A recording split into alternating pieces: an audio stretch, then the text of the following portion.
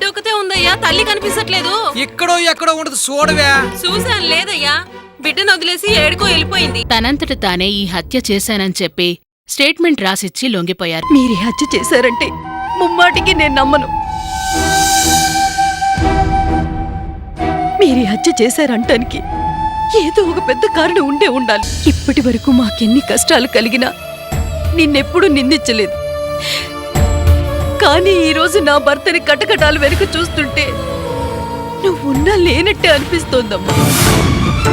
ఆ భగవంతుడు తప్పు చేసిన వాళ్ళని క్షమించి వదిలేస్తాడేమో కానీ చెయ్యని తప్పుకు శిక్షించడమ్మా. ఆ హత్య నేనే చేశానని రాజేంద్ర పోలీస్ స్టేషన్ లొంగిపోయాడన్న విషయం కూడా నీకు బాగా తెలుసు. కాంట్రాక్ట్ లెటర్ కాదు సార్, ఏదో కాసెట్. క్యాసెట్ చెప్పరా, రాజేంద్ర మీ సానుభూతి ఎక్కువై పనిచేసావు కదూ? చెప్పరా, చెప్పు చెప్పు. ప్రభు, మీరేం మాట్లాడుతున్నారో నాకేం అర్థం కావటం లేదు. నేనేంటి మీ మాటలు రికార్డ్ చేయటం ఏంటి? మీరు ఇలా ప్రతిదానికి నన్ను అనుమానించడం బాగోలేదు. మిమ్మల్ని బ్లాక్మెయిల్ చేసేంత ధైర్యం నాకెక్కడ ఉంది సార్? నన్ను నమ్మండి సార్, నమ్మండి సార్.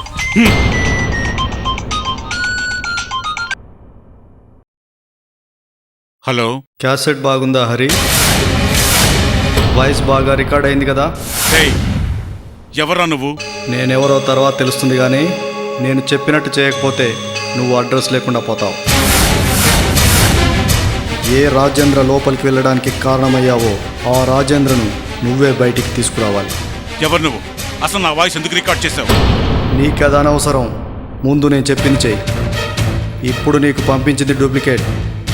నా దగ్గర ఉంది ఒరిజినల్ క్యాసెట్. నువ్వు వెంటనే పోలీస్ స్టేషన్కి వెళ్ళి రాజేంద్రను విడిపించలేదనుకో, ఈ క్యాసెట్ పోలీస్ స్టేషన్ చేరుతుంది.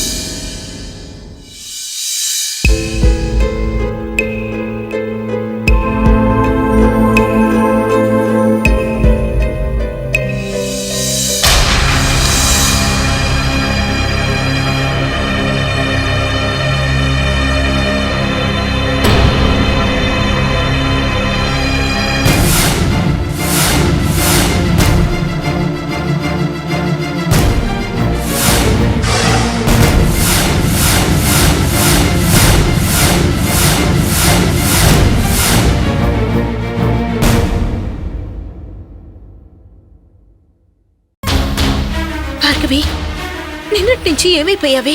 నీకేం కాలేదు కదా? నీకేమైందో అని ఎంత కంగారు పడ్డానో తెలుసా?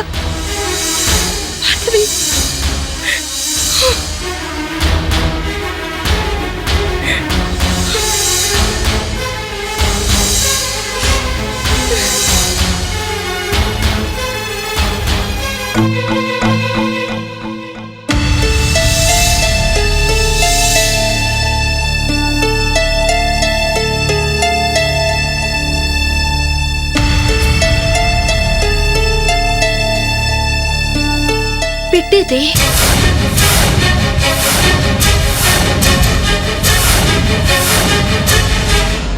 తెలీదక్కా.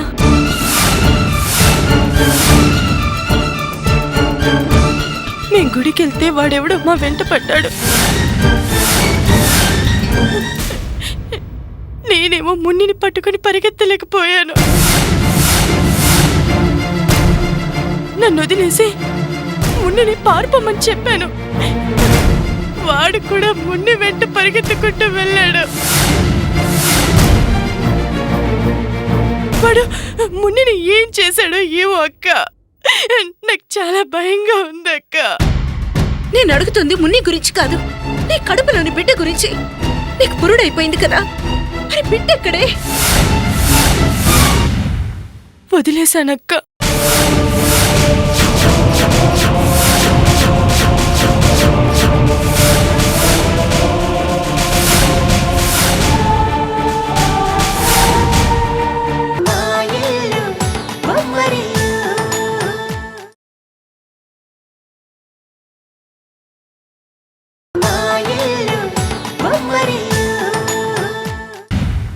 వదిలేశానక్క.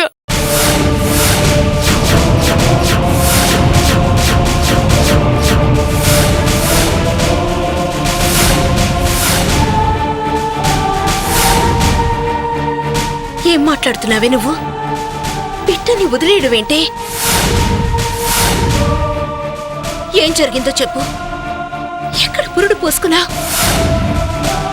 పుట్టింది ఆడబిడ్డ మగబిడ్డ? ఆ బిడ్డ ఏమైందో చెప్పవే. చెప్పవే, నిన్నే అడుగుతున్నాను. చెప్తున్నాను కదక్క, అసలు ఆ బిడ్డని వదిలేసి వచ్చానంటే ఇంకా ఆడబిడ్డ మగబిడ్డ అని అడుగుతావేంటి? అసలు పుట్టిన బిడ్డ ఆడో మగో కూడా నేను చూడలేదు. బిడ్డను అక్కడే వదిలేసి వచ్చేసాను. అదే అదే ఎందుకు వదిలేసి వచ్చావని అడుగుతున్నాను. బిడ్డ పేగు తెంచుకు పుట్టిన వెంటనే ఒక్క క్షణం పక్కన లేకపోతేనే తల్లి మనసు విలువిల్లాడిపోతుంది. మరి పుట్టిన బిడ్డను వదిలేసి వచ్చానని అంత తేలిగ్గా ఎలా చెప్పగలుగుతున్నావే? అసలు పసిబిడ్డను వదిలేసి రావడానికి నీకు మనసు ఎలా ఒప్పిందే? చెప్పవే, ఎందుకు ఇలా చేశావు? ఎందుకే నీ బిడ్డను వదిలేసి వచ్చావు? చెప్పవే. ఎందుకంటే ఎందుకు? ఆ బిడ్డకి తల్లిగా ఉండడం నాకు ఇష్టం లేక. పేగు తెంచుకు పుట్టినంత మాత్రాన అది నా బిడ్డైపోదు.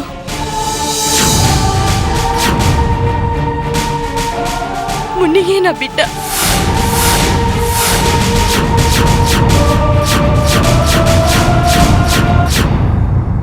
మొదటిసారిగా నన్ను అమ్మ అని పిలిచింది. నా కడుపును పుట్టకపోయినా నాలో మాతృత్వాన్ని మేలుకొల్పింది. మున్నియే నా బిడ్డ. నా ప్రేమ మొత్తం మున్నికే దక్కాలి, ఇంకెవరికి దక్కడానికి వీల్లేదు. చివరికి నా కడుపును పుట్టిన బిడ్డ అయినా సరే మున్ని నుంచి నా ప్రేమని దూరం చేయకూడదు. అందుకే వదిలేసి వచ్చేసాను. బిడ్డ మోహం చూస్తే మళ్ళీ నా మనసు ఎక్కడ మారిపోతుందోనని కనీసం మోహం కూడా చూడకుండా వచ్చేసానక్క, వచ్చేసాను.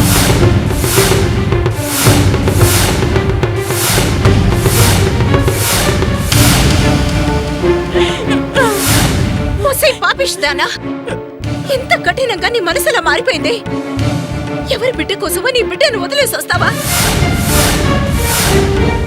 ఒక దుర్మార్గుడైన భర్తకి భార్యగా ఉండి కూడా నా కడుపులోని బిడ్డ నాకు దక్కాలని చివరి నిమిషం వరకు పోరాడాని. నా బిడ్డ నాకు దక్కనందుకు ఎప్పటికీ నేను ఏడవని రోజంటూ లేదు. మరి 9 నెలలు మోసి కన్న బిడ్డను వదిలేసి రావడానికి నీకు మనసులా ఒప్పిందే? నువ్వు అసలు తల్లివేనా? అసలు నువ్వు ఆడదానివేనా? పరాయి బిడ్డ కోసం కన్న బిడ్డను వదిలేసి వస్తే నువ్వేదో గొప్ప త్యాగం చేశావని అందరూ పొగుడతారనుకుంటున్నావా? కానీ మనసు లేని ఒక బండ రాయవని అందరూ చీకొడతారే. నేను చెప్తుంది నీకు అర్థం కావట్లేదా? ఎవరో పొగుడతారనో తిడతారనో నేను పని చేయలేదు. నాకు మున్ని అంటే ప్రాణం. నాకు మున్ని తప్పించి వేరే బిడ్డ అక్కర్లేదు. అందుకే పుట్టిన బిడ్డను వదిలేసి వచ్చేసాను.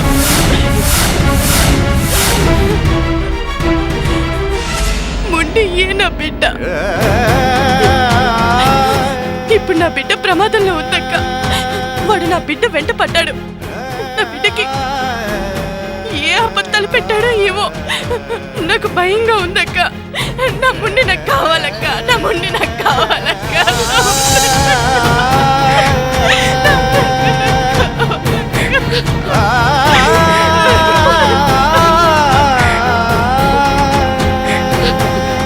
ఇన్స్పెక్టర్ గారు, మా మామయ్య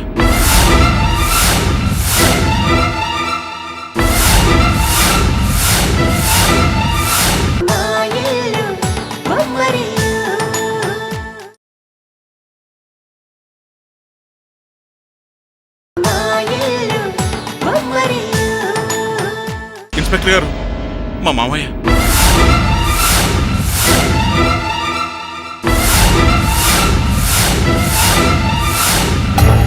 ఎంత పని అయిపోయింది మామయ్య గారు. మీరు సెల్లో ఉండడం ఏమిటి? ఇన్స్పెక్టర్, మా మామయ్యని ఎందుకు అరెస్ట్ చేశారు? మా మామయ్య లాంటి మంచి మనిషిని జైల్లో పెట్టడం అంటే న్యాయానికి ధర్మానికి సంకెళ్ళి వేసినట్టే. అసలు ఆయన ముఖం చూడండి. ఆయన ఈ హత్య చేశారంటే ఎలా నమ్ముతున్నారు మీరు? ఆయనకి ఈ హత్యకి ఎలాంటి సంబంధం లేదు. ఇన్స్పెక్టర్, మా మామయ్యని విడిచిపెట్టండి. మీకు ఎన్ని లక్షలు కావాలో పూచికత్తు నేను ఇస్తాను. ఆయన ఏంటి ఈ హత్య చేయడం ఏంటి? విడిచిపెట్టండి ఇన్స్పెక్టర్. మరి ఆయన హత్య చేయకపోతే ఇంకెవరు చేసినట్టు? మీరా? ఏంటండి ప్రతిసారి నన్నే టార్గెట్ చేసుకుని మాట్లాడుతున్నారు? నిజంగా నేనే ఈ హత్య చేసినట్లయితే ఎవరో ఒకరు నేరం ఒప్పుకున్నారు కదా అని సంతోషించుండేవాడు కదా. నేనే వచ్చి ఈయన హత్య చేయలేదని నేనెందుకు చెప్తాను? అయినా ఇప్పుడు నేరం ఎవరు చేశారన్నది ముఖ్యం కాదు. ఒక అమాయకుడిని నేరస్తుడిగా చేయకుండా చూడటమే ముఖ్యం. 10 మంది నేరస్తులు తప్పించుకున్నా పర్వాలేదు, కానీ ఒక అమాయకుడు మాత్రం శిక్షించబడ్డానికి వీలేదు ఇన్స్పెక్టర్. వద్దు ఇన్స్పెక్టర్, నేను అమాయకుడిని కాదు. నేనే ఈ హత్య చేశాను. నన్ను విడిచిపెట్టొద్దు. అయ్యో మామయ్య, నా పరిస్థితి అర్థం చేసుకోవట్లేదు. మీరు ఇంకొక క్షణం ఇక్కడ ఉండడానికి వీల్లేదు.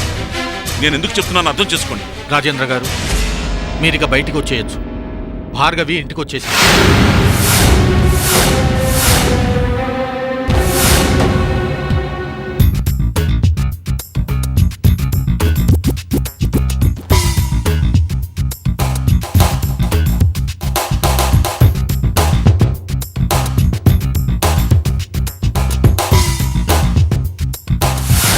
నేను ఈ క్షణం కోసమే ఎదురుచూస్తున్నాను అంకుల్.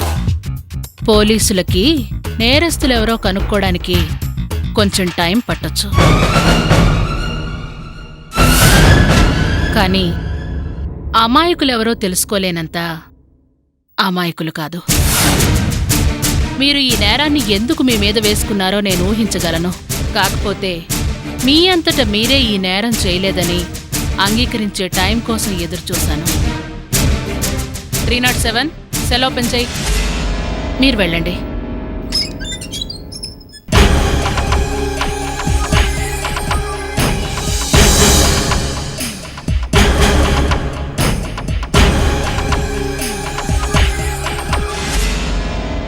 అసలు నేరస్తుల్ని నేను పట్టుకుంటాను.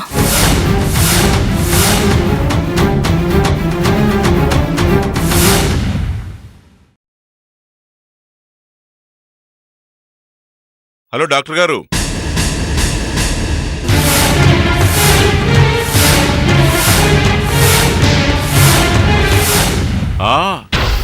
గొప్ప నాటకమే ఆడేశావు డాక్టర్. రాజేంద్ర నా దగ్గరికి పంపించినట్టే పంపించి, నేను రాజేంద్రతో మాట్లాడిన మాటలన్నీ రికార్డు చేయించి, ఆ క్యాసెట్ నాకే పంపించి నన్నే బ్లాక్మెయిల్ చేస్తావా? ఏం మాట్లాడుతున్నావు నువ్వు? నేనేంటి మీ మాటలు రికార్డ్ చేయడం ఏంటి? అసలు రాజేంద్ర మీ దగ్గరకు వచ్చిన విషయం నాకు ఇంతవరకు తెలియనే తెలియదు. నువ్వు చెప్పమన్న విషయం నేను ఇంతవరకు రాజేంద్రతో చెప్పనే లేదు. అసలు ఆయనకి ఈ విషయం ఎలా తెలిసిందో, నీ దగ్గరికి ఎప్పుడు వచ్చాడో నాకు తెలియదు. స్టేషన్కి వచ్చి లొంగిపోయారని తెలియగానే నేను అక్కడికి వచ్చాను. నీకేమీ తెలియదా? మరి రాజేంద్రకి ఎవరు చెప్పినట్టు? మేం మాట్లాడినంత ఎవరు రికార్డు చేసినట్టు?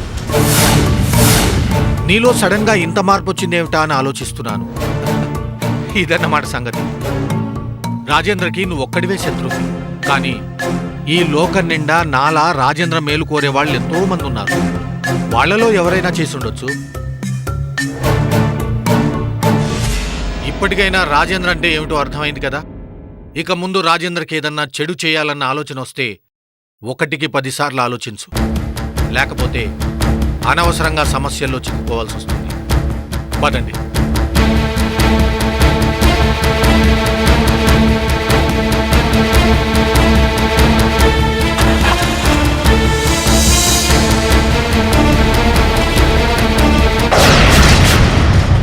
అసలు రాజేంద్ర అనేవాడు ఉంటేనే కదరా వాణ్ణి గురించి ఆలోచించడానికి.